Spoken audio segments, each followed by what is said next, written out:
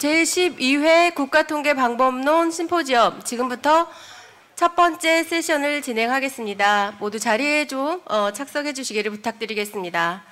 첫 번째 세션은 조사 기획과 자료 수집을 주제로 발표와 토론이 진행됩니다. 조금 전에 튜토리얼 강연을 해주신 서울시립대 김규성 교수님께서 좌장으로 주재해 주시겠습니다. 김규성 교수님, 세션 진행을 부탁드리겠습니다. 네, 오전 첫 번째 세션을 시작하겠습니다. 지금 10시 50분이고 끝나는 시간이 12시로 되어 있습니다. 두 분의 발표자께서 발표를 하시고 그 다음에 두 분의 토론자가 토론을 하시고 그 다음에 마지막에 시간 되는 대로 플로우에서 질의응답을 하겠습니다. 첫 번째 발표는 김예건 교수께서 비확률 표본 자료의 선택 편향 보정 방법론인데 지금 미국에 계셔서 온라인으로 지금 하셔야 될 것 같아요. 김 교수 발표하시는데 뭐 여기 큰 적은 없는 거죠? 그렇게 하시면 되는 거죠? 예, 제가 여기서 진행할 수 있을 것 같습니다. 예, 그러시죠. 자, 그러면 첫 번째 발표자로 아이오와 대학에 계시는 김예건 교수께서 여기 영어는 좀 긴데 한글로 하면 그 비확률 표본 자료의 선택 편향 보정 방법론 발표를 먼저 들으시고 그 다음 진행을 하겠습니다. 자, 발표 시작해 주시죠. 네, 예, 안녕하세요. 아이오와 주립대학에 근무하는 김재광이라고 합니다. 이게 잘 보일지 모르겠네요. 예, 먼저 저를 이렇게 발표자로 선정해 주시고 기회를 주셔서 감사합니다. 사실 이게 시차가 좀 잘 안 맞고 그래서 어떻게 될지 몰라서 조금 걱정스럽긴 한데 그 통계 개발원에 계신 그 여러분들의 간곡한 요청으로 또 저한테 원래는 그 사례 위주로 좀 쉽게 좀 준비를 해달라고 하셨는데 제가 사례로 좀 진행을 좀 하다가 다 못해가지고 그냥 오늘은 그냥 발표 이론 연구와 그 시뮬레이션 위주로 해야 될 것 같습니다. 그래서 좀 양해 말씀 부탁드리고요. 제가 이제 오늘 발표를 하고자 하는 내용은 굉장히 그 어려운 아주 그 샘플링에서는 근본적인 문제 중에 하나인데요. 이제 그 자발적 선택 편향이 있는 자료에서의 그 선택 편향을 어떻게 보정할 것인가라는 것에 대한 내용입니다.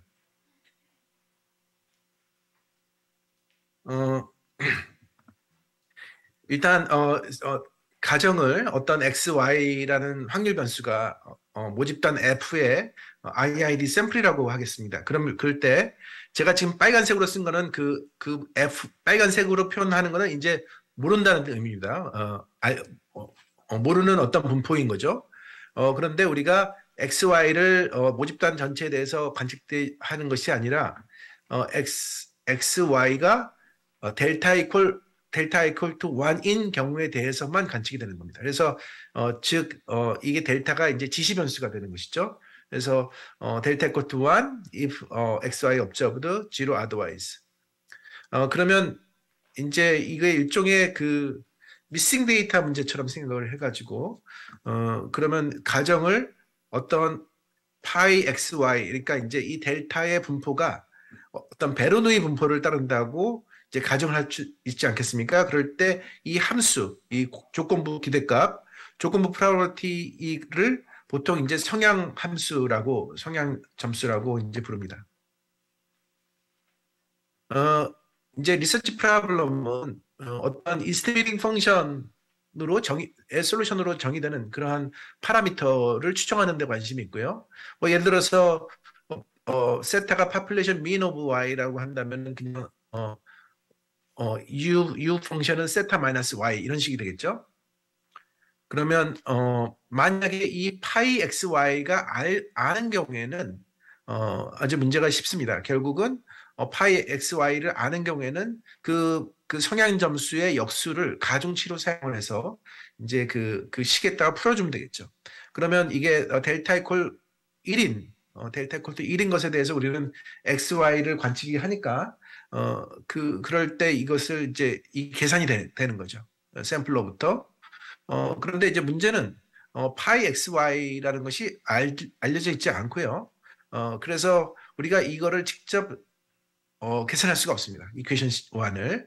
그러면 이제 어떻게 해야 되냐면 보통 많은 경우에 그러면 이 파이 x, y에 대한 어떤 모델을 세워서 그 모델로부터 그 모델의 어떤 모수를 정하고 그 모수를 샘플로부터 추정을 한 후에 그 샘플로부터 추정한 그 모수가 이제 피죠. 이 피를 샘플로부터 추정해서 피 햇을 넣어주어서 그 피 햇을 가지고서 파이를 계산할 수 있지 않겠습니까? 그러면 그것의 역수를 가중치로 사용하는 그런 방식이 실제로 이제 많이 사용되고 있습니다. 그런데 이제 이것이 많이 사용되고 있는데 이것의 이제 단점이라고 하면 일단 이것이 이 모형이 맞느냐라는 부분, 그러니까 이제 이 모형이 맞다는 것을 가정을 이미 한 겁니다. 그리고 두 번째로는 이 피햇이 컨스턴트, 그러니까 뭐 일치 추정량으로 해서 이 피햇이 트루 피로 컨버지를 해야 되겠죠. 그러니까 그 두 가지 전제 조건 하에서 식 2번이 성립이 되는 것이죠. 그러면 이제 제가 이제 이 연구에서 발표하려고 하는 내용은 뭐냐면 우리가 이 하나를 모델을 가정하는 것은 좀 강한 조건이니까 instead of employing a single 모델을 사용하지 말고 멀티플 모델을 사용하자는 것입니다. 그래서 모델을 K개를 쓰는 겁니다. 그래서 K는 예를 들어서 5이면 5. 그래서 5개의 모델을 세우는 거예요. 그래서 그 5개의 모델을 가지고서 이 5개 모델을 같이 사용하는 어떠한 방법론을 개발을 하겠다는 것인데요. 이제 클레임은 뭐냐면 주장하는 바가 뭐냐면 이 K개의 캔디데이트 모델 중에서 하나만이라도 맞으면은 이 제가 제안하는 방법론이 이론적으로 정당화된다는 거예요. 그러니까 이것 역시 아까 김규선 교수님께서 말씀하신 대로 이러한 비확률 표본에서의 그 성향 점수를 가지고 하는 거는 이제 위험스러운 부분이 있는 게 이것이 가정에 의존을 하는 것이거든요. 그래서 확률 표본을 하는 게 사실은 제일 좋습니다. 확률 표본을 능가하는 비확률 표본이 있는 건 아니에요. 예. 그래서 물론 뭐 비용이 절감된다 그런 장점이 있긴 하지만 확률 표본은 가장 골드 스탠다드라고 할 수 있고요. 가장 이제 정석이라고 할 수 있죠. 이걸 확률 표본을 하는 게 정석인데 이제 유럽 같은 경우 특히 이제 한국은 사실은 확률 표본이 그래도 굉장히 괜찮은 편입니다. 한국은 상대적으로. 왜냐하면 그래도 한국 사람들이 협조를 잘해주는 편이거든요. 미국이나 유럽에 비하면. 뭐 마스크 쓰라 그래도 잘 쓰잖아요. 그죠? 그래서 그 한국 사람들은 기본적으로 이 정부에 그래도 이제 협조를 잘 해주는 편이긴 하지만 이 미국이나 이제 서구 쪽은 굉장히 그런 거에 대해서 이제 거부감이 심합니다. 그렇기 때문에 확률 표본이 안 돼요. 확률 표본을 하고 그게 나빠서 안 하는 게 아니라 하고 싶은데 안 되기 때문에 할 수 없이 대안으로서 다른 방법이 무엇을 있겠는가 하는 그런 식으로 연구를 많이 할 수밖에 없는 상황이고요. 이제 한국도 이제 그렇게 되겠죠. 점점 그렇게 되긴 할 텐데 아직까지는 그래도 미국이나 유럽보다는 양호하다라고 이제 얘기를 할 수 있을 것 같습니다. 자, 아무튼 네. 그래서 이제 그런 면에서 가장 절박한 것이 뭐냐면은 그러면 성향 점수를 가지고서 비확률 표본에서 성향 점수를 가지고서 쓰는 건 좋은데 모델에 로버스트한 것을 하면 좋겠다라는 것이 아주 중요한 주제입니다. 그래서 그런 것들에 대해서 어떤 갈망이 있는데 그것에 대해서 하나의 이제 방법론을 제공하고자 하는 것입니다. 그래서 이러한 류의 연구를 멀티플 로버스티 이스티메이션이라고 이제 이야기를 합니다. 그래서 멀티플 로버스티 이스티메이션 자체는 새로운 게 아닙니다. 이거는 이제 최근에 연구가 되기 시작했고요. 그런데 이제 지금까지 기존 연구는 그것들이 다 이제 어떤 미싱 앤 랜덤이라는 가정 하에서의 연구였습니다. 근데 미싱 앤 랜덤인 경우에는 훨씬 이제 이론을 전개하기 쉽습니다. 미싱 앤 랜덤이라는 것은 이제 X에만 디펜드하는 거죠. 이게 X는 예를 들어서 뭐 Y는 인컴 뭐 이런 거라고 한다면 X는 데모그래픽 변수, 그러니까 인구학적 변수 같은 거거든요. 그러니까 훨씬 더 이제 그 덜 민감한 거기 때문에 그 X를 가지고서 이제 하는 것에 대해서는 연구가 많이 되어 있습니다. 근데 이제 Y에도 디펜드 하는 경우는 이제 훨씬 더 어렵거든요. 그래서 그것에 대한 이제 연구를 소개하고자 합니다. 자, 케이스 1. known property score. 일단 이 연구를 소개하기 위해서 이제 약간의 그 복습을, 그러니까 약간의 그 이제 선행 지식이 좀 필요해 가지고 이 케이스 1을 먼저 소개를 하고자 합니다. 뭐냐면 일단 known인 경우에 어떠한 툴을 사용할 것인가에 대한 얘기를 하고요. 그 다음에 이제 unknown으로 나갑니다. 그래서 known인 경우에 그러니까 이 파이를 아는 경우죠. 이 파이, 그래서 이 파이가 지금 빨간색이 아닙니다. known이기 때문에 이 unknown인 것만 빨간색이죠. 그래서 이제 이 known 파이아의 델타가 나온다고 치자 말입니다. 그랬을 때 이 f를 추정하는 방법이 일종의 그 observed 데이터에 대한 likelihood 우도 함수를 찾는 거거든요. 그러면 이게 이제 델타 이퀄 투 1에서는 이게 XY가 관측이 되니까 이렇게 되고요. 이제 요 델타 이퀄 투 이게 델타 이퀄 투 0 파트인데요. 델타 이퀄 투 0 파트에 대해서는 그 미싱 프로포션에 대한 이제 미싱 프로포션 확률을 이제 함수로 넣어주는 겁니다. 그런데 이것이 이제 그 무시할 수 없는 게, 왜냐하면 이걸 무시할 수 있다면, 이 두 번째 텀을 무시할 수 있다면 그것은 이제 랜덤인 거거든요. 근데 무시할 수 없기 때문에 이제 이거 4번을 쓰는 겁니다. 그러한 경우에 이제 그 empirical likelihood를 소개를 하는데요. 뭐냐면 이 F가 어렵기 때문에 이 F를 이제 그 discrete mass를 생각하는 겁니다. 그래서 discrete mass로 어떤 probability를 생각하는 거죠. 그래서 이 probability를 가지고서 이 observable likelihood를 만들어주면 그것이 이제 6번식이 됩니다. 그러면 이 6번식이 이제 로그 observable likelihood인데요. 이 로그 observable likelihood의 형태가 이렇게 되는 거죠. 파이 i, 그러니까 요 파이 i의 로그 파이 i 더하기 로그 pi는 앞부분 요 델타 이퀄 1에 대한 부분이고요. 그다음에 뒷부분에 대한 것이 캐피탈 n 로그 1 빼기 w가 돼가지고 이게 이제 오브젝티브 목적 함수가 됩니다. 그리고 이것에 해당되는 컨스트레인트가 세 가지가 나오는데요. 첫 번째는 summation pi가 1이라는 것은 이것이 density이기 때문에 non-parametric density이기 때문에 그런 것이고요. 두 번째 summation pi i가 w라는 것은 이것이 아까 말씀드린 이 w를 정의하는 이제 식입니다. 그다음에 9번식은 이게 세타를 정의하는 식이죠. 그렇게 해서 이제 constraint 7은 genuine constraint for empirical likelihood고요. constraint 8 comes from 5. 5는 뭐냐면 이거. 그다음에 제가 설명드린 겁니다. 그리고 constraint 9 comes from, 그러니까 이 9번 constraint는 원래 세타의 정의에서 이제 나오는 겁니다. 그러면 이제 이거를 풀어야 되는데요. 이것을 이제 최적화 문제로 생각해가지고 이제 P와 W 대해서 이제 맥시마이즈를 하는 겁니다. 그럼 그것을 풀면 이제 솔루션이 이렇게 표현이 되는데요. 이런 식으로 이게 empirical likelihood라고 하는데 이제 여기서 보시면 이 람다1은 라그란지 멀티플라이어가 되고요. 이 컨스트레인트를 반영하는 라그란지 멀티플라이어가 되고요. 그 다음에 이제 W는 unknown인데요. 이 W를 찾아낼 수 있습니다. 맥시마이즈를 할 수 있습니다. 왜냐하면은 이 W가 주어졌을 때 PI를 찾아낸 다음에 PI 해트를 이 앞에 그 로그 라이클리후드 파트에다가 플러그인을 해가지고 W만의 함수로 표현을 하면 이것이 W만의 옵티마이제이션 문제가 되거든요. 그래서 W를 찾을 수가 있습니다.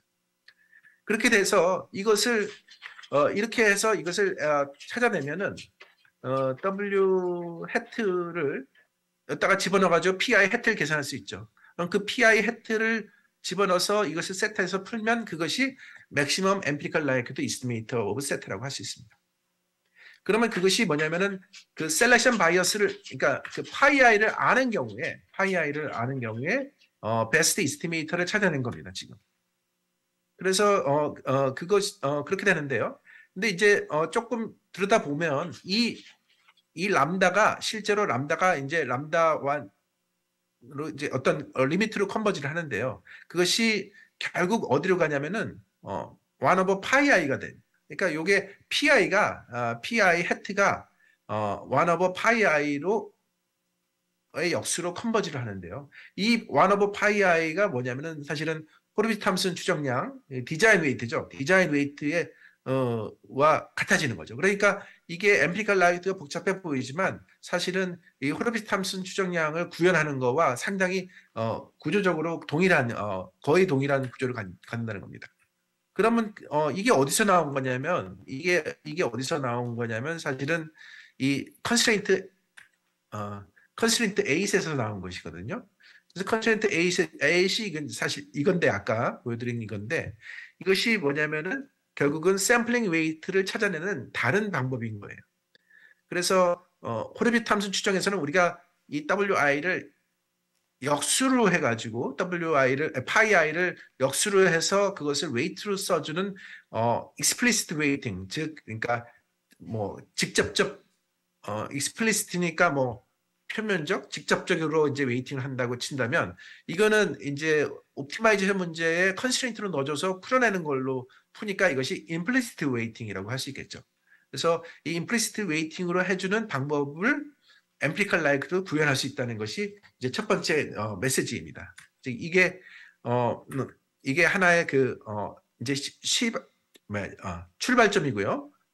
그 다음에 이제 그래서 이것을 뭐 바이어스 캘리브레이션 컨디션이라고 이야기를 할 수 있을 텐데요. 그런데 이제 이 엠피리컬 라이크의 장점은 또 보조 정보가 있을 때 보조 정보가 있을 때 그 엑스트라 인포메이션을 그 가중치의 형태로 가중치에 들어가는 컨스트레인트로 넣어줄 수가 있어요.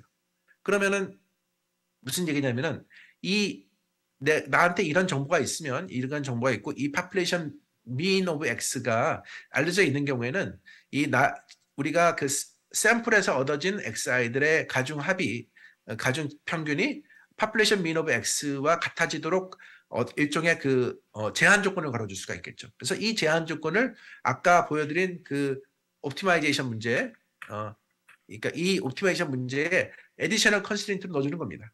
그래서 넣어줘서 풀어주면 그것이 하나의 그 흥미로운 이제 추정량이 될 수 있는데요. 이제 그렇게 되면 이제 이 엠피리컬 라이크드 옵티마이제이션이라는 것은 이제 세 가지 컨스트레인트가 반영이 되는 겁니다. 첫 번째는 노멀라이제이션 컨스트레인트, 두 번째는 바이어스 캘리브레이션 컨스트레인트, 그 다음에 세 번째 컨스트레인트는 벤치마킹 컨스트레인트가 쓸 수 있죠. 그래서 그 바이어스 캘리브레이션 컨스트레인트는 remove the selection bias를 위해서 그 셀렉션 바이어스를 없애주기 위해서 사용되는 컨스트레인트고요. 그 다음에 벤치마킹 컨스트레인트는 베리언스를 줄여주기 위한 컨스트레인트입니다. 물론 이제 벤치마킹 컨스트레인트를 사용하기 위해서는 x bar n은 should be known outside the sample이라고 할 수 있겠죠. 그렇게 해서 이제 이 컨스트레인트를 EL 옵티마이제이션에 넣어줘서 풀면 이게 라그랑지 멀티플라이가 어디로 가거든요. 이렇게 쭉 가는데 이게 0인 것에 대해서는 이 람다 2가 0으로 가고요. 요거는 이제 0으로 안 가고 그 W 인버스로 가가지고 결국 이게 근사적으로 결국 뭐랑 같아지냐면은 어떤 그 리그레션 추정량, 보통 이게 이제 우리가 뭐 그렉 추정량이니 뭐 이런 얘기를 많이 하는데요. 이제 그렉 추정량과 같아집니다, 결국은. 그래서 이제 엠피리컬 라이크드가 뭐 어떻게 보면은 그 셀렉션 바이어스를 해결해 주면서 그리고 보조 변수, 그러니까 그 옥절러리 베리어블의 인포메이션을 벤치마킹 컨스트레인트로 반영하는 것을 자연스럽게 해주는 하나의 그 통계적 툴이라고 볼 수가 도구라고 볼 수 있겠습니다.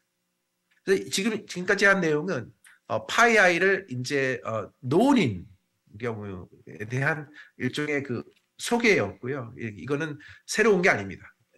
지금부터 이제 하려고 하는 게 이제 새로운 것이라고 할 수 있을 텐데요. 뭐냐면 우리는 we do not know the true PIS function, 그죠? 이거를 모릅니다. 모르기 때문에 그러면 이제 모델을 해야 되겠죠. 그래서 뭐 가정을 해요. 예를 들어서 이렇게 뭐 로지스틱 리그레션처럼 이런 식으로 가정을 할 수 있겠죠. 그러면 phi, yi 이렇게 되는데 그러면 이것을 추정하기 위해서 x는 이제 관측이 다 된다고 하고 y만 미싱이라고 이제 가정을 하도록 하겠습니다. 그러면 이러한 경우에 이제 likelihood 펑션을 계산을 해보면 이제 p에 대해서 이제 우리가 운동 파라미터 p니까 p에 대해서 likelihood 펑션을 찾아내면은 이제 이렇게 나옵니다.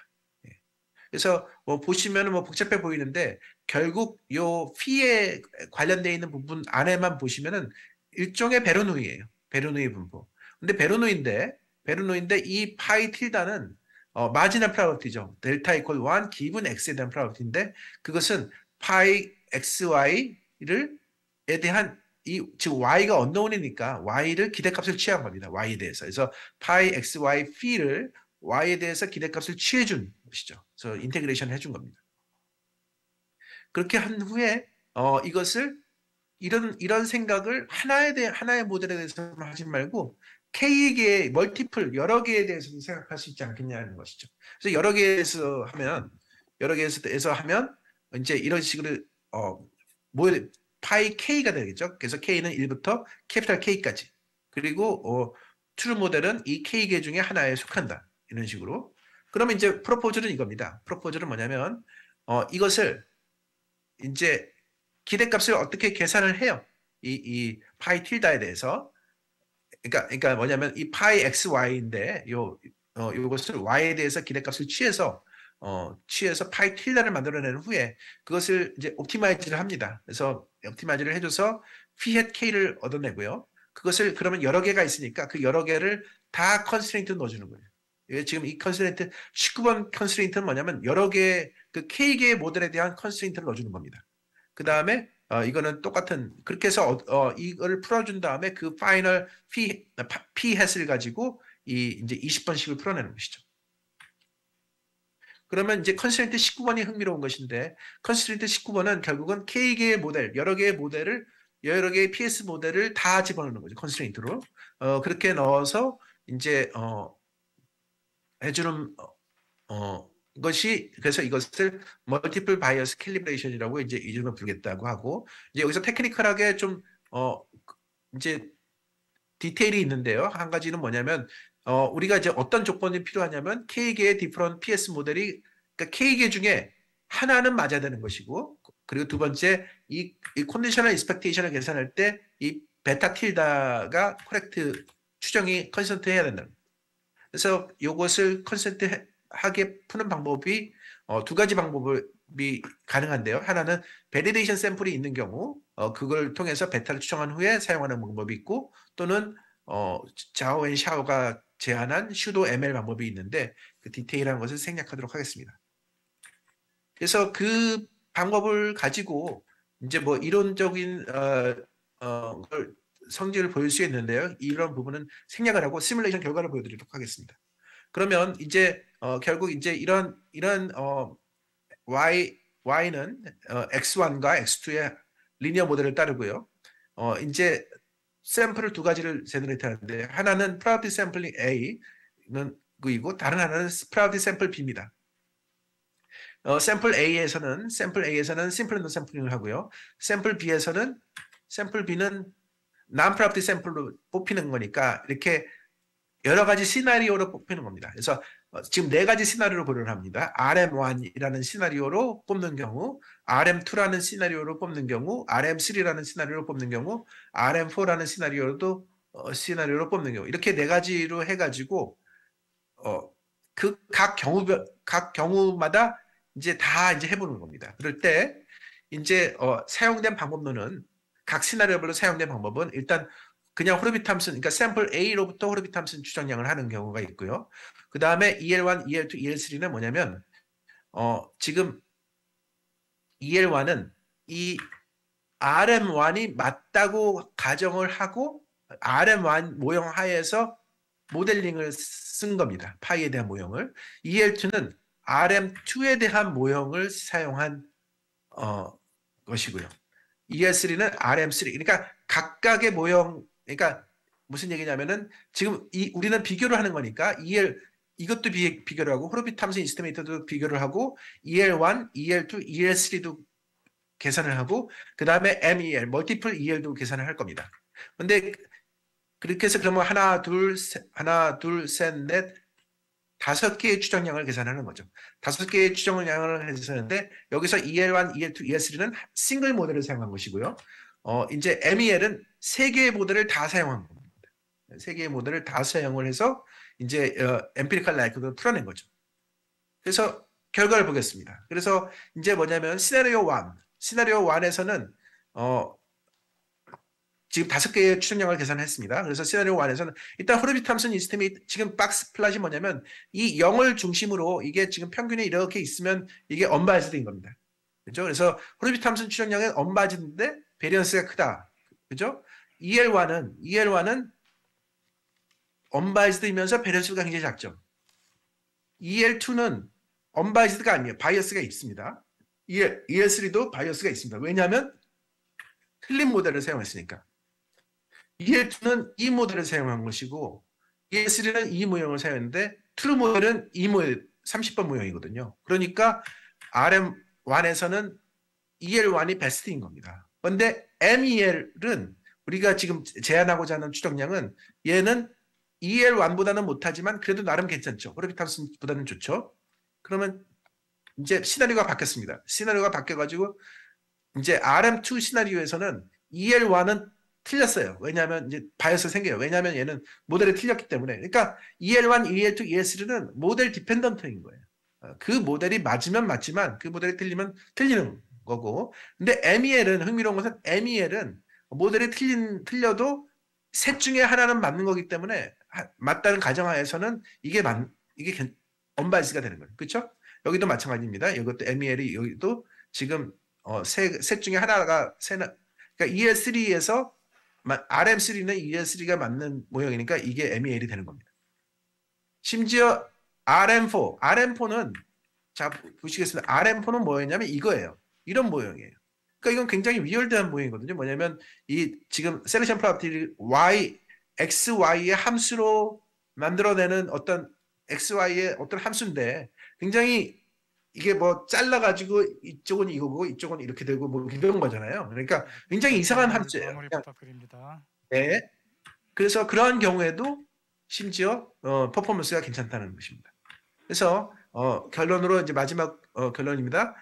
그래서 이제 멀티플 PS 모델을 사용하는 방법에 대한 어떤 유니파이드 프레임워크를 제안을 했고요. 그것은 어떤 요 두 가지 약한 조건을 바탕으로 이제 정당화될 수가 있고 이 방법은 결국은 발런터리 비용을 발런터리 샘플을 콜렉션하는 비용이 굉장히 낮은 경우에 유용한 방법이 될 수 있다는 그런 내용입니다. 예, 이상입니다. 네, 수고하셨습니다. 그 모형을 가정할 때 여러 개 모형을 쓰신 거가 그 연구 결과를 말씀인 거죠? 네네. 네, 잘 들었습니다. 이따 토론은 다음 발표 듣고서 하겠습니다. 자, 고생하셨고요. 자, 두 번째 발표는 이경택 부사장님께서 인터넷 조사의 신뢰성 향상 방안 그 발표를 듣고 토론은 합쳐서 하겠습니다. 자, 시작해 주시죠. 네. 예. 안녕하세요, 이경택입니다. 앞에 김재광 교수님 노트를 보니까 대학교 때 생각이 나는데요. 제가 안 한 지 너무 오래돼 갖고 아마 오늘 제가 이 자리에 있는 게 맞는지 사실 잠깐 고민하게 되는 내용인데 저는 수식이 없습니다.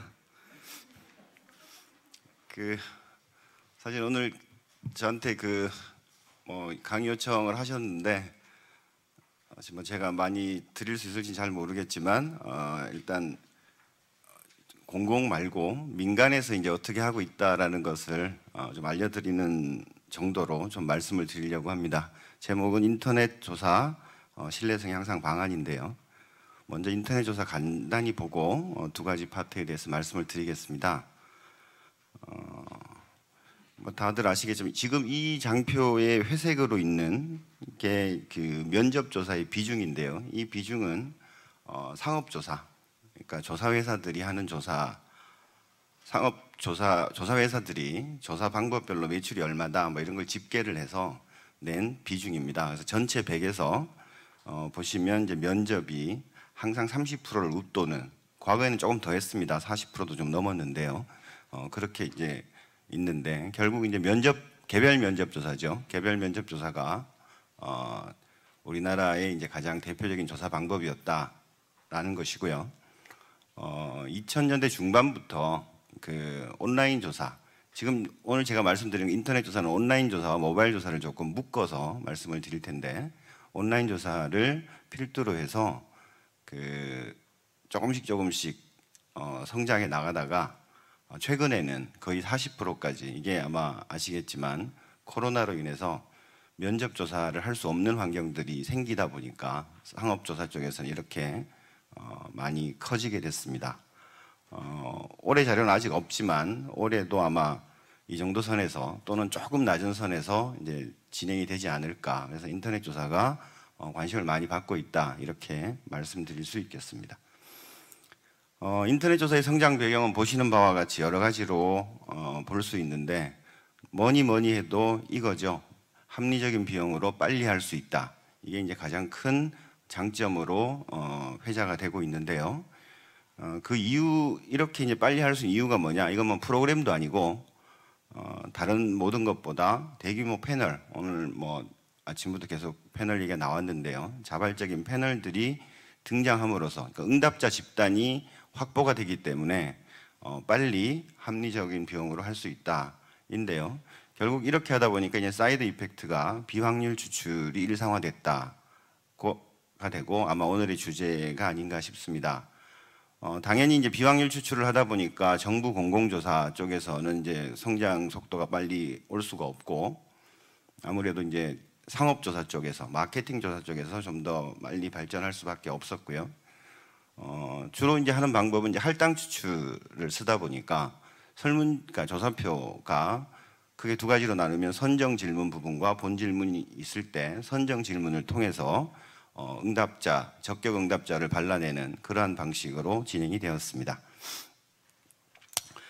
이렇게 성장의 동기가 된 이 두 가지가 사실은 그 조사 품질에서 이슈를 만들기도 하죠. 첫 번째, 이제 대규모 패널이 등장함에 따라서 요걸 이제 저는 이제 신뢰성 문제라고 보는데, 첫 번째가 사례만을 노리는 전문 응답자 집단이 좀 많아졌다, 그런 게 있다라는 것이고, 두 번째는 제대로 응답을 하고 싶지만 사실은 조사표를 잘못 만들거나 또 사람들한테 인지적인 부담을 너무 크게 하기 때문에 어려울 수 있게 하는 그런 문제들이 있습니다. 오늘 제가 파트 2와 3에서 요 각각에 대해서 좀 경감시킬 수 있는 방안에 대해서 민간에 쓰고 있는 방법을 조금 설명드리려고 하고요. 당연히 비확률 추출로 인해서 대표성이 문제가 되죠. 뭐 이건 뭐 해결할 수 있는 문제는 아닌 것 같은데, 잠깐 이 부분에 대해서 이쪽 그 상업 쪽에서는 어떻게 생각하는지 잠깐 말씀을 드리면, 일정 부분 그 이론적으로는 당연히 인터넷 조사가 대표성을 담보할 수 없습니다. 뭐 표집틀부터가 문제가 되니까요. 하지만 아까 처음 장표에서 보신 것처럼 이미 40% 가까이 조사가, 그게 조사 금액으로 40%거든요. 그러니까 온라인 조사 또는 인터넷 조사가 저렴하기 때문에 건수로 보면 상업 조사는 이미 한 7, 80%는 인터넷 조사가 되고 있다는 얘기죠. 이 나쁜 걸 왜 쓰냐? 일단 상업 조사 쪽에서는 임피리컬하게 받아들이고 있고, 뭐 여기 보시는 것처럼 페네트레이션이 60% 이상 정도가 되면 뭐 써도 되지 않아? 물론 이게 이론적으로 그렇다는 말씀은 아니에요. 그리고 요거는 제가 어느 이제 문서에서 가져온 건데, 엑스박스라는 그 엑스박스 유저들, 남자가 많고 젊은 층이 많잖아요. 걔들을 대상으로 조사를 수십만 건을 한 다음에 사후층화를 했더니 오바마를 잘 맞추더라, 뭐 이런 얘기들이죠. 저희가 이전에, 지금은 다 그 선거 여론사가 그 안심번호로 이제 무선 전화로 가는데, 제가 한 2012년 유무선 병행 조사라는 걸 한 적이 있거든요. 그걸 이제 발표를 했었는데, 그때도 이제 이론적으로는 안 되지만 결과적으로 잘 맞췄으니까 쓸만한 거 아니야? 뭐 이 정도 순으로 지금 이제 상업 쪽에서는 바라보고 있다. 대표성 관련해서 이 정도만 말씀을 드릴게요. 자, 그래서 이제 두 가지 오늘 말씀드리고 싶은 내용을 보면, 첫 번째가 이제 부적격 응답자 방지를 어떻게 할 거냐. 아까 그러니까 조사표가 선정 질문이 있고 본 질문이 있다고 했는데 선정 질문에서 사례만 노리는 사람들을 어떻게 방어할 수 있을까에 대해서 말씀을 드리면 저희는 만약 이제 이게 약간 황당한 얘기처럼 들릴 수도 있지만 사전에 조사 대상자를 알 수 있다면 그 사람들 샘플링하는 게 가장 좋습니다. 조금 이상하죠? 모르니까 조사를 하는데 만약 안다면 그들을 대상으로 하면 좋겠다 하는 얘기인데요. 저희가 일반적으로 할 때 저희 패널을 대상으로 일반적인 샘플링을 하면 대상자가 있고 비대상자가 있을 거고 그 중에 조사를 참여하고 그 참여한 사람들 중에 완료자가 선정 질문, 원래는 선정 질문을 통과하는 사람, 그러니까 조사 대상만 선정 질문을 통과해야 하지만 실제로는 사례를 노리고 거짓 응답을 하기 때문에 여기 보시는 것처럼 그 분홍색으로 보이는 부적격 응답자가 일부 포함이 됩니다. 물론 이걸 이제 방지하는 게 저희가 해야 되는 일이긴 하지만, 근데 만약에 저희가 조사 대상을 미리 알고 있다면 100% 정상 응답자를 얻을 수 있기 때문에 조사 품질을 크게 높일 수 있겠죠. 근데 처음에도 말씀드렸지만 그러면 조사 모르는데 어떻게 조사를 모르기 때문에 조사를 하던데 어떻게 이런 사람을 찾느냐? 사실 저희가 대형 변수들을 좀 가지고 있으면 됩니다. 특히 이제 최근에는 이제 IT 기술이 발달해서 여러분 잘 아시는 빅데이터들이 많이 수집이 되고 있잖아요.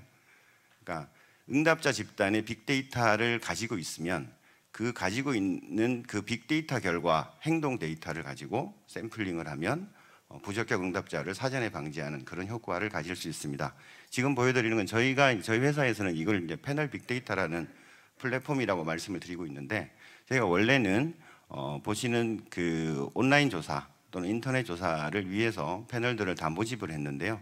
이분들을 대상으로 이런 정보들을 수집하고 있습니다. 물론 이제 100% 다 수집하는 건 아니고요. 패널 회원 각각이 어떤 웹사이트를 방문하는지, 그 다음에 어떤 앱을 쓰고 있는지, 그 다음에 어떤 오프라인 방문 장소, 예를 들면 스타벅스를 갔는지 안 갔는지, 그 다음에 카드 결제를 하고 나면 디지털 트레이스가 남잖아요. 그걸 이제 긁어다가, 물론 저희 패널 회원들은 동의를 받고 합니다. 이 사람들이 어디서 결제를 얼만큼 했는지, 그리고 영수증 안에 어떤 상품을 구매했는지 뭐 이런 정보를 가지고 있는 거죠. 앞으로는 뭐 다른 정보도 수집을 하겠지만 이런 정보를 가지고 있으면 아예 이런 정보를 바탕으로 대상이 되는 사람만 타겟팅해서 조사를 할 경우에는 이 고의적으로 이제 돈을 바라는 사람들을 좀 발라내는, 스페셜리스트를 발라내는 방법이 됩니다. 제가 사례 연구를 한번 한 게 있는데요.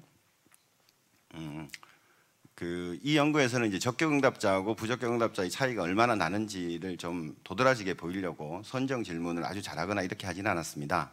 이 데이터가 아마 한 4, 5년 전에 저희가 아까 앱 데이터를 가지고 있다고 그랬잖아요. 그 앱 데이터 중에 여기 어때? 누구 뭐 야놀자, 뭐 호텔스닷컴 이런 거를 쓴 사람들이 있고 그렇지 않은 사람들이 있겠죠. 그래서 쓴 사람들을 적격 대상자, 쓰지 않은 사람을 부적격 대상자라고 저희가 이제 해서 샘플링을 했습니다. 그래서 샘플링한 중에 적격 대상자 951명 중에 239명이 조사 참여를 했고 그 중에 177명이 조사를 끝까지 완료를 하셨습니다. 부적격 대상자 중에는 약 2,000명인데 그 중에 740명이 참여를 했고 105명이 참여를 못했죠. 당연히 그 IR 측면에서는 적격 대상자가 높아야 되는 게 맞죠. 그러니까 74% 정도 되고, 문제는 부적격 대상자 중에서도 약 14% 정도는 조사에 참여하더라, 완료까지 하더라. 저 데이터가 조사 결과에 같이 들어가게 되면 샘플링을 아무리 잘하고 뭐 어떻게 하는 게 중요한 게 아니라 결과가 이상한 결과가 될 수 있고 저 비율이 높으면 아주 큰일이 나잖아요. 그래서 선정 질문을 아주 빡세게 해야 되는데 이번 여기서는 이제 그렇게 너무 타이트하게 하지 않고 했을 때 이렇게 나오더라. 결과를 좀 보시면 이건 선정 질문 쪽인데요. 선정 질문에서 한 주간 이용한 앱이 어떤 게 있니? 라고 물어봤, 체크를 하게 했더니 부적격 쪽에서 적격보다 일관되게 많이 이용했다 뭐 이렇게 나오죠. 왜냐하면 본인이 선정을 통과하고 싶어서 저랬던 경향이 있을 거다. 뭐 이렇게 봅니다. 그 다음에 마케팅 쪽에서는 이제 중요도 만족도 이런 질문들이 꽤 많이 있는데요. 이런 질문들에서는 주로 이제 5점 리커트 척도나 7점 리커트 척도를 많이 쓰는데 저희가 이제 적격과 부적격을 나눠 놓고 5점 같은 경우에 3점을 얼마나 많이 찍었나 그리고 그 집단 안에서 표준 편차가 얼마나 되는지를 확인해 봤더니 부적격 쪽에서 표준 편차가 적게 되는 이런 결과들이 나왔습니다. 벌써 3분인가요? 그래서 이건 넘어가고요. 그 다음에 대상자 조건을 시작한 지 얼마 안 됐는데 제가 20분 넘게 시작한 걸 봤는데 벌써 3분이라고 하네. 예, 빨리 하도록 하겠습니다. 그래서 네네 40분까지 하겠습니다. 그러면 빨리 할게요. 그래서 대상자 조건은 가급적 숨겨야 됩니다. 이건 레터인데요. 레터에 이제 보시는 것처럼 상품명을 알리거나 하면 안 되고요. 그 다음에 대상자 조건을 추측하기 힘들게 선정 질문을 좀 어렵게 만드는 게 중요합니다. 이 경우는 이제 이게 아주 오래된 예인데요. 그러니까 실제로 여러분이 뭘 합니까라고 물어보는 대신에 그게 디바이스에 디펜드돼 있으면 어떤 디바이스를 가지고 있는지 대용 변수를 물어보는 거죠. 그렇게 하면 쉽게 문제를 해결할 수 있습니다. 실제로 이 사례 같은 경우는 위성 DMB 나오고 한 일주일 있다가 한 15일 있다가 조사를 했는데요. 요 오른편으로 응답 그 질문을 했을 때 선정 조사에 참여한 사람이 한 2만 5천 명 정도 됐는데 실제로 요 질문을 통과한 사람이 10명이 채 안 됐어요. 그래서 이제 이런 부분들을 잘 하시면 좋게 괜찮게 될 거다 이렇게 생각이 되고요. 그다음에 신뢰성 향상 방안을 말씀드리면 결국 조사표에 관한 얘기인데요. 이 조사표를 어떻게 만드는 게 좋은가? 먼저 UI적인 측면에서 보면 우리가 면접 조사와 달리 인터넷 조사 같은 경우는 사용하는 환경 자체가 너무 많이 다릅니다. 인터넷 속도도 다르고 그다음에 쓰는 디바이스도 다르고 하기 때문에 거기에 모두 맞춰줘야 되고요. 그래서 이제 주로 이제 PC 버전 하나와 모바일 버전 하나를 만드는데 이게 하나 따로따로 만들면 2번 일을 해야 되잖아요. 그래서 가급적 반응형 웹을 써서 한 번 만들어서 양쪽에서 다 쓸 수 있게 그렇게 하는 게 좋습니다. 그다음에 UI를 어떻게 할 거냐에서는 사람들의 인지적인 부담을 줄이는 게 상당히 중요하고요. 그런 측면에서 보시는 것처럼 오른쪽처럼 선택 질문이라는 거를 해서 같은 문제를 질문을 2개로 쪼개버리면 사람들이 부담을 훨씬 적게 가지게 됩니다. 이런 방법들을 활용하고 있고 그냥 넘어가고요. 그다음에 뭐 이거는 뭐 많이 아실 것 같은데 척도형 질문을 이제 개별 페이지별로 질문하면 사람들이 지루해하기 때문에 테이블 형태로 많이 하는데 테이블 형태로 질문을 한꺼번에 보여주면 부담을 많이 느끼기 때문에 하나 응답을 하면 다음번 질문이 나오는 방식으로 스텝 바이 스텝 형식으로 하면 조사의 품질이 조금 더 높아집니다. 품질이 높아지는 것들은 이제 테스트하는 방법들은 있습니다. 스트레이트 라이닝이 얼마나 되는지 이런 것들을 봤을 때 오른편이 더 유용하다 이렇게 보고 있습니다. 그 다음에 이제 조사표 작성인데요.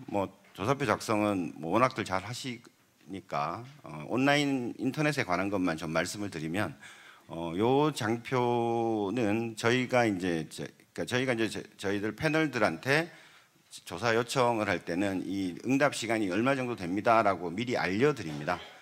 응답 시간이 얼마고 사례는 얼마고 이런 거 알려드리는데요. 그 알려드린 걸로 봐서 분당으로 X축이 분당이고 Y축이 조사 참여율인데요. 보시는 것처럼 20%가 넘어가면 조사 참여 자체를 안 하세요, 많이. 그리고 오른편은 조사를 일단 다 참여한 사람들 중에 조사의 길이가 그러니까 조사하다가 중간에 중단한 사람의 비율인데요. 이것도 20분이 넘어가면 조사의 중단율이 꽤 높아집니다. 그래서 인터넷 조사의 경우에는 응답 시간을 관리할 필요가 있겠다. 아주 긴 걸 해야 되면 2번으로 쪼개서 한다든지 그런 방법들을 쓰셔야 되고요. 그 다음에 이건 시간이 너무 없네요. 그 다음에 조사표 작성할 때 텍스트를 이용하는 경우들이 있습니다. 그러니까 공공 쪽에서는 별로 그렇진 않지만 그 일반 상업조사 쪽에서 특히 마케팅 조사에서는 상기도라고 해서 어떤 브랜드가, 그러니까 뭐 예를 들면 뭐 생수하면 어떤 브랜드가 생각나십니까? 뭐 이런 거에서 직접 쓰게 만드는 이런 방법들이 있는데요. 요거를 저희가 실험을 해보니까 텍스트의 개수를 몇 개로 넣느냐에 따라서 결과가 달라집니다.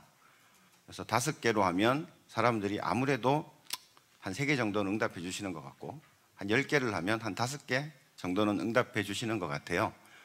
그래서 이게 사실은 그 개수가 중요한 게 아니라, 저희가 이제 상기도라고 하는 것은, 상기율이라는 것은 비율이기 때문에 사람이 몇 프로나 아느냐 이게 중요하잖아요. 근데 박스의 개수에 따라서 상기율이 달라진다면 이건 문제가 크죠.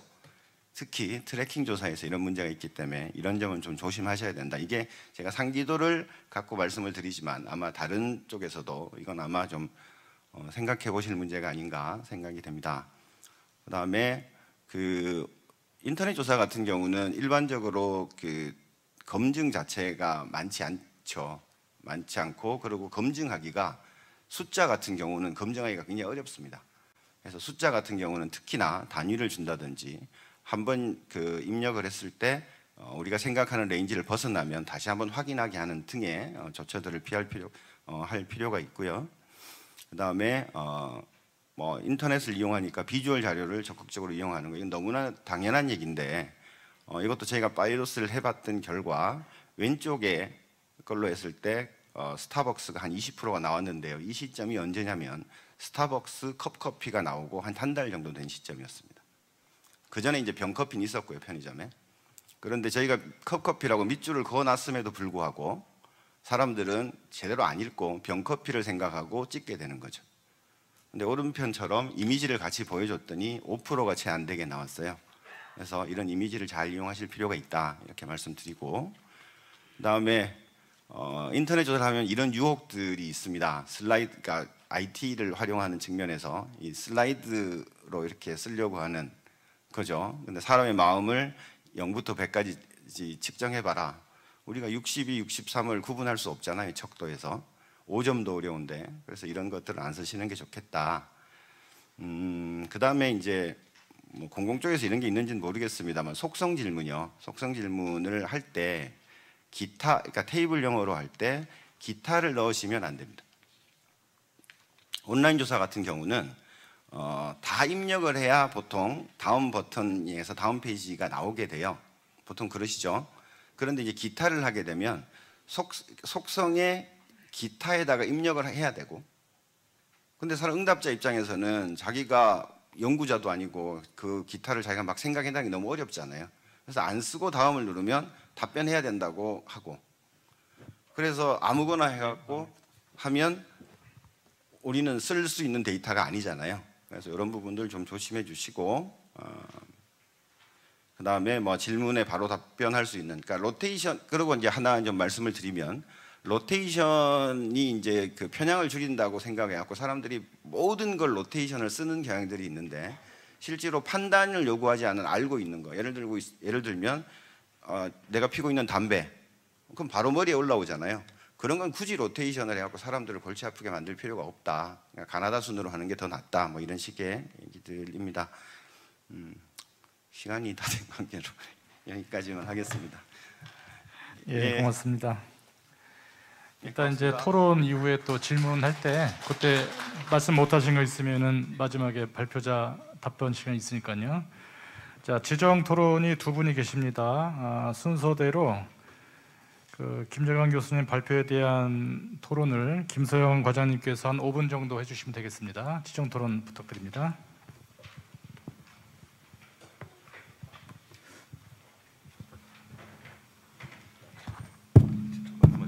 네. 네, 안녕하세요. 김서영입니다. 제가 통계청 과장이라는 위치로 앉아있긴 하지만 제가 통계청을 대변하는 그런 입장으로 앉아있는 건 아닌 것 같고요. 전반적으로 이제 의뢰를 받았을 때는 저도 학계를 떠난 지는 꽤 오래됐고 공무원 생활을 하고 있기 때문에 이거를 토론할 입장은 못 되지만, 실은 이제 실무에서 경험을 하고 일을 하면서 이 실무자들은 특히 공직에 있는 통계를 이용하고 작성하고 연구하는 사람들 입장에서는 이 주제, 이 분야에 대해서 어떤 고민들을 하고 있을까, 무엇이 고민일까, 학계는 무엇을 고민해 주어야 할까, 해결을 해줘야 될까, 이런 것들을 좀 공유하고 싶은 그런 마음이 좀 있었습니다. 자료를 받아보았을 때에도 방법론에 대한 연구들은 그저 계속 지속되어 왔던 거고요. 학계를 중심으로 비확률 표본 활용이라든지 다양한 데이터 통합 방법이라든지 우리 조사 모드 활용, 조사표 작성, 두 분 발표자께서 해주신 모든 것들이 이미 오래 전부터 연구는 지속되어 왔던 것 같고요. 하지만 과연 이게 실무, 특히 이제 우리가 큰 국가의 축을 이루고 있는 국가통계작성기관에서 이런 방법들을 과연 활발하게 활용할 수 있는 건가, 활용해도 되는 건가, 이런 고민들을 굉장히 수없이 해왔던 것 같습니다.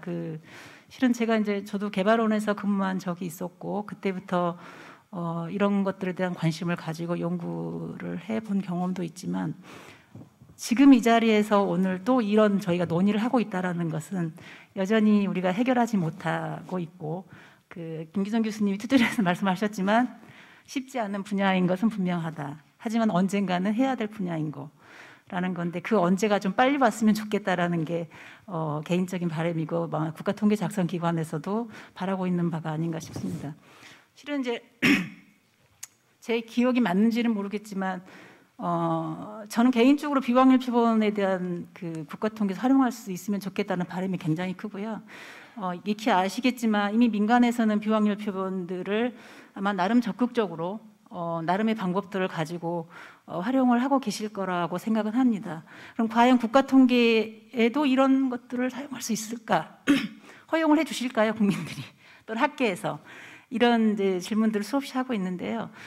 통계청 같은 경우에도 2010년을 전후로 비확률 표본에 대한 고민이 있었습니다. 제 기억에 의하면 그때 그 당시에 이제 워낙 응답률이 떨어지기도 하고요.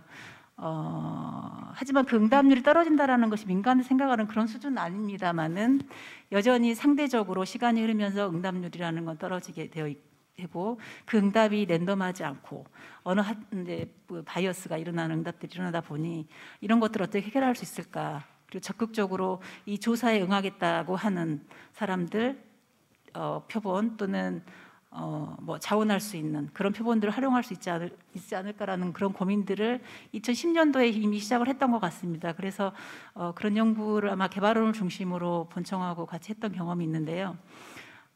그 당시에 아마 저희가 성향가중치 방법을 이용해서 적용하는 연구를 해봤던 것 같은데요.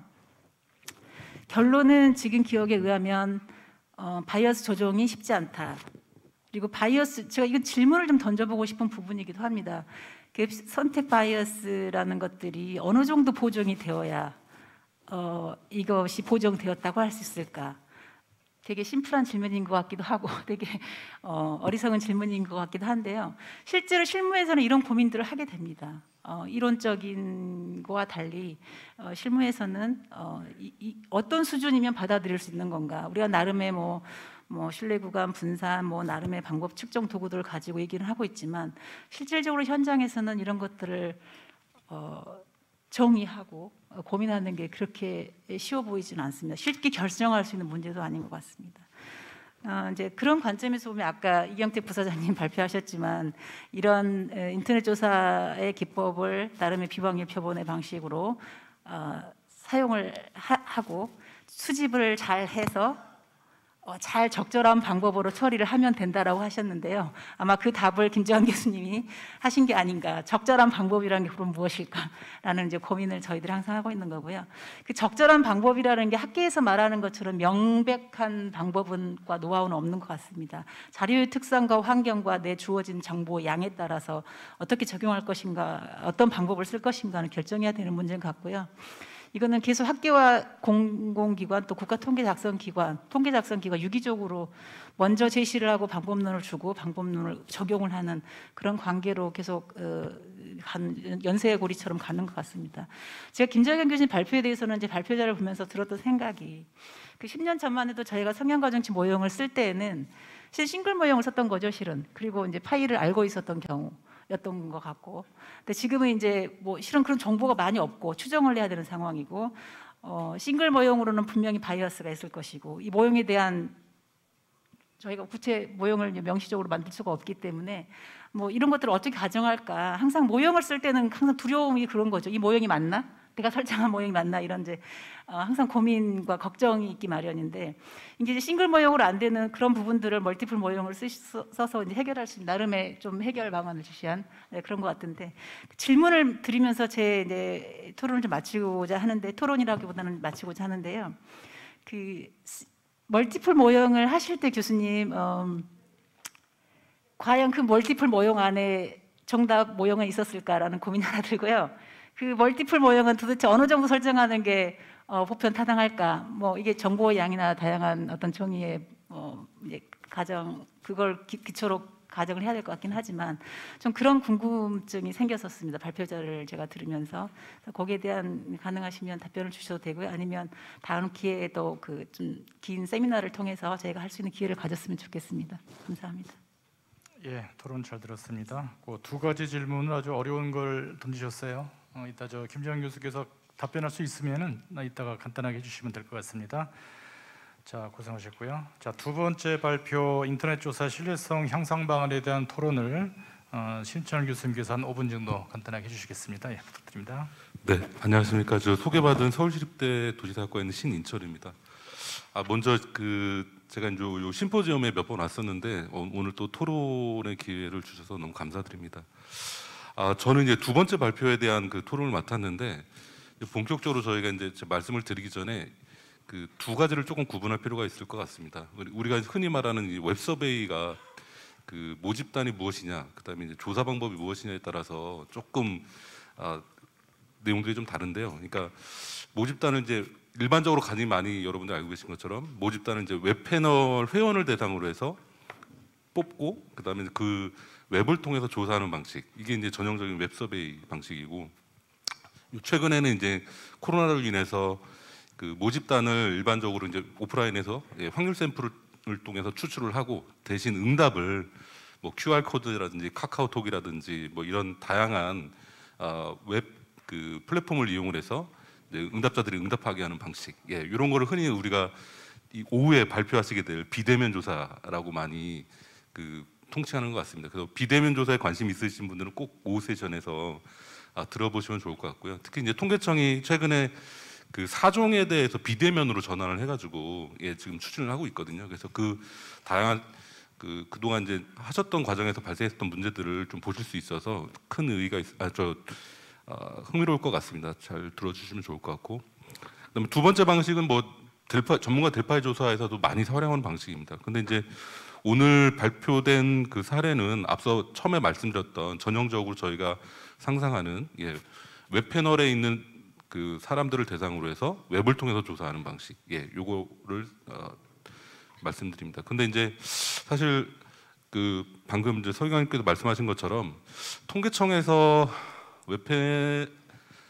그러니까 흔히 말하는 웹 패널을 이용한 웹 조사 방식이 조사 방식을 통해서 추출된 결과를 조사된 결과를 국가 승인 통계로 승인하는 것은 쉽지 않겠죠. 예전에 이제 그 교수님 발표에서도 나왔던 것처럼 갤럽 사례, 미국의 갤럽 그 대선과 관련된 사례들이 있기 때문에 그 부담을 통계청이 안기는 좀 쉽지는 않을 것 같습니다. 그럼에도 불구하고 이제 현재 웹서베이가 많이 사용되고 있고, 지금 현재 필드에서는 조사하기도 너무나 어렵다라고 하는 아우성들이 있기 때문에 웹서베이는 지속적으로 확대될 거라고 생각합니다. 그런데 이제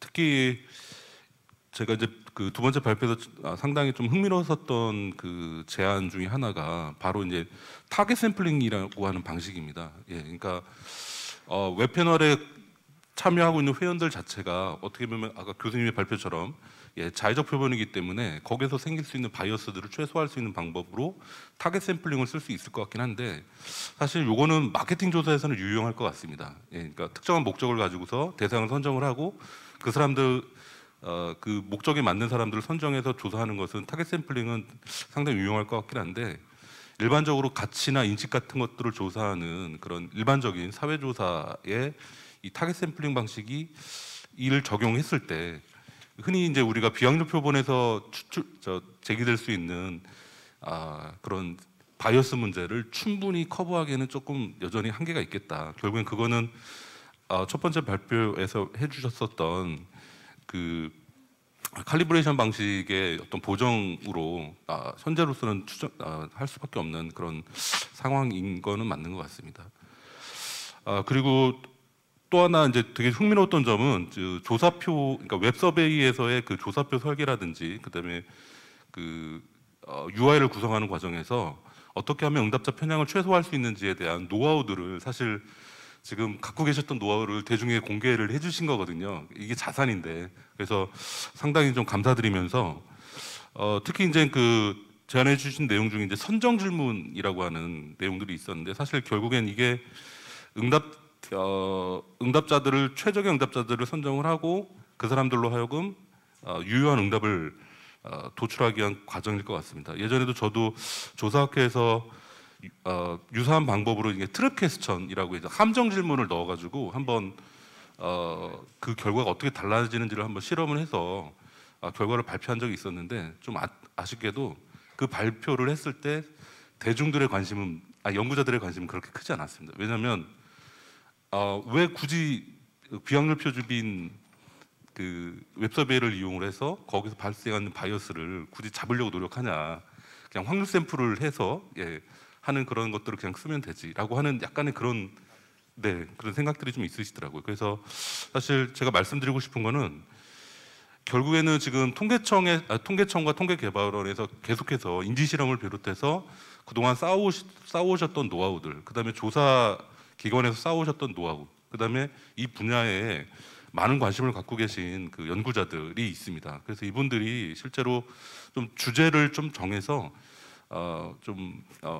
시기적으로 관련 분야의 연구들을 좀 계속해서 추진해갈 수 있는 약간 연구협력 거버넌스를 좀 만들어 주셨으면 좋겠다 이런 말씀을 좀 드리고 시간 관계상 제가 좀 추가적인 말씀도 있었는데 이 정도 드리겠습니다. 감사합니다. 고맙습니다. 시간에 지금 쫓겨서 지금 그 지정 토론회에서 질문이 여러 개 좀 나왔고요.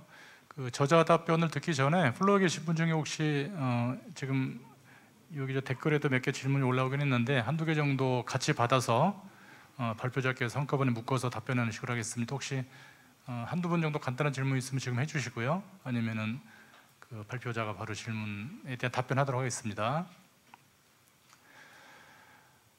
지금 시간이 많이 없어서 두 분의 발표자에 대한 질문을 답변을 받기 전에 첫 번째 김재광 교수 발표에 대해서 이 댓글에 올라온 게 K는 모형의 수입니다. 근데 김서영 박사님이 또 질문하신 것 중에 K를 몇 개로 해야 되느냐, 가정하는 모형을 어떻게 정당하게 받아들이냐 이런 문제가 있어서 그 문제를 엮어서 김재광 교수께서 한 1, 2분 정도 답변해 주시면 좋을 것 같고요. 그다음에 이경택 부사장님께서는 그 신 교수님이 질문하신 그 타겟 샘플링, 그다음에 선정 질문 이걸 묶어서 그다음에 댓글에 올라온 질문이 하나 있습니다. 이 질문까지 같이 해서 답변을 한 1, 2분 정도 해주시면 좋을 것 같습니다. 자, 질문이 이렇습니다. 종이 조사표와 인터넷 조사표를 병행 사용하는 경우에 인터넷 조사표의 사용성을 높이기 위해 질문 길이를 줄이는 것이 응답 결과와 시계열에 영향을 주지 않을까 고민됩니다. 의견이 어떠신가요? 이 물음들을 묶어서 답변해 주시면 좋을 것 같습니다. 자, 김재광 교수 지금 들리면 한 1, 2분 정도, 2분 정도 답변 부탁드립니다. 제가 연구한 이 방법론에 어떤 로버스트, 멀티플 로버스트 하는 것 중에 기본 취지는 뭐냐면요. 이게 지금까지 그 확률 표본을 어설프게 인센티브를 주니까 응답은 응답대로 안 되고, 그러니까 지금 어떻게 보면은 확률 표본이냐 비확률 표본이냐 이런 식의 그 둘 중 하나 양자택일의 그 사고에서 벗어나서 반반씩 하자는 거죠. 반반씩 하는데 대신 확률 표본은 인센티브를 세게 주는 거죠. 동일한 비율로. 대신 이 방법이 가능하면 확률 표본 숫자를 확 줄일 수도 돼요. 확률 표본을 확 줄이고, 그러니까 예산을 예를 들어서 확률 표본은 10%만 하고 10%나 20%만 하고 원래 타겟에서 80%는 비확률표본으로 하는 겁니다. 그런다 대신 확률표본에 대해서 인센티브를 확 주면은 예를 들어서 20만 원을 준다 그러면 응답을 할 거 아닙니까? 예를 들자면 그런 식으로 하되 대신 확률표본이 뭐를 잡아줄 수 있냐면 모형이 맞는지 안 맞는지를 확인해 줄 수가 있는 거예요. 지금 이 아이디어는. 그래서 프로퍼시티 모형을 여러 개를 써서 로버스트하게 만들 뿐만 아니라 또 확률 표본이 있기 때문에 그것을 우리가 얻어내는 이 최종 추정치가 그 신뢰 구간 안에 들어가는지 아닌지를 통해 가지고 그 확신할 수 있는 거거든요. 그런 면에서 어떤 사고의 전환을 좀 가져오는 게 좀 필요할 것 같다는 말씀드리고요. K의 선택은 K는 많으면 많을수록 바이어스는 줄어드는데 베리언스가 증가합니다. 그래서 이게 일종의 트레이드오프 관계가 있습니다. 이 정도 하겠습니다. 네, 고맙습니다. 지금 시차가 있어서 조금 지금 소리가 들리나요? 네. 지금은 끊긴 것 같아요. 김종환 교수 말씀하시는 게 좀 소리가 끊긴 것 같아요. 자, 제가 끝났나요? 요약해서 말씀드리면은 K는 트레이드오프 관계가 있어서 쉽지 않은 문제라서 이건 엠피리컬 스타디를 통해서 나중에 결정할 문제고요. 비확률 표본과 확률 표본에 대한 그 결합에 대한 그 절충으로 이해하시면 되겠습니다. 자, 두 번째 질문에 대한 답변을 간단하게 말씀을 드리면 신 교수님께서 그 타겟 샘플링에 대해서 이제 사회조사에서는 쉽지 않을 거다. 근데 그렇습니다. 사회조사에서 쉽지 않을 거고요. 그러니까 모집 단위 전체인 경우에는 아마 거의 불가능한 게 아닌가 싶은데 경우에 따라서 어떤 그 사용할 수 있는 경우도 가끔은 있습니다. 예를 들면 이제 청년들한테 이제 그 돈을 지급하는 거 있죠. 이제 그런 지급 카드로 지급해 주면 지급된 사람, 받은 사람과 받지 않은 사람들이 있을 거고 그 사람들을 나누어서 그 사람들의 뭐 행동 이외에 의식이나 태도 이런 것들도 있기 때문에 일정 부분 이제 그런 약간 실험과 같은 부분들은 사용할 수 있다는 점을 말씀드리고요. 그렇지만 그게 전체는 아닌 것 같습니다. 그다음에 질문 나온 내용이 그 종이조사표와 인터넷조사표를 병행했을 때에 관한 질문인데요. 사실은 종이조사표와 인터넷조사표를 같이 사용하는 것 자체에는 사실 두 가지가 있을 것 같은데요. 응답자 집단이 동일한 경우에 생기는 경우에 이제 종이조사표와 인터넷조사표를 쓰는 경우하고 아예 그 모집단, 그러니까 응답자 집단이 다른 경우가 있을 것 같습니다. 그러니까 그게 좀 나눠서 봐야 될 것 같은데요. 응답자 집단이 다른 경우에는 사실상 이게 모드 이펙트인지 응답자 집단의 문제인지를 알 수 없기 때문에 답변하기가 상당히 곤란하고요. 그 다음에 동일한 집단인데 이제 조사 방식을 모드를 바꿔서 할 경우에는 모드 이펙트가 당연히 나타나죠. 저희도 그런 부분들에 대해서는 스터디를 해봤었는데 차이가 난다라는 것을 알 수 있었고요. 그래서 그러니까 인터넷 조사표 자체를 어떻게 효율화시킨다라기보다는 제가 더 좋다고 생각이 되는 것은 종이 조사표 대신에 면접 방식을 취하더라도 태블릿이나 이런 것들로 모드 이펙트를 줄이는 게 더 좋은 방식이 아닌가 그렇게 생각이 됩니다. 예, 이상입니다. 네, 답변 잘 들었습니다. 자, 이번 세션에 두 분 발표자께서 고생 많이 하셨고요. 준비해 주시느라고 지정 토론 두 분 감사합니다. 그리고 플로우에서 질문해 주신 분도 감사드리고요. 시간을 딱 맞췄습니다. 자, 이번 세션은 이거로 마치도록 하겠습니다. 고맙습니다. 네, 열정적인 발표와 토론을 진행해 주신 네 분과 좌장으로 수고해 주신 김규성 교수님 감사합니다. 첫 번째 세션까지 준비된 오전 일정이 마무리되었습니다. 지금부터 점심 식사 시간을 가진 후에 1시 30분부터 다시 오후 세션을 이어가도록 하겠습니다. 현장에 지금 참석하신 분들께서는 등록 시에 제공해드렸던 교환권으로 등록 데스크에서 이제 점심 음식을 받으시고 지금 착석하신 그 자리, 이 공간에서 식사를 하시면 되겠습니다. 그럼 1시 30분에 다시 찾아뵙도록 하겠습니다. 감사합니다.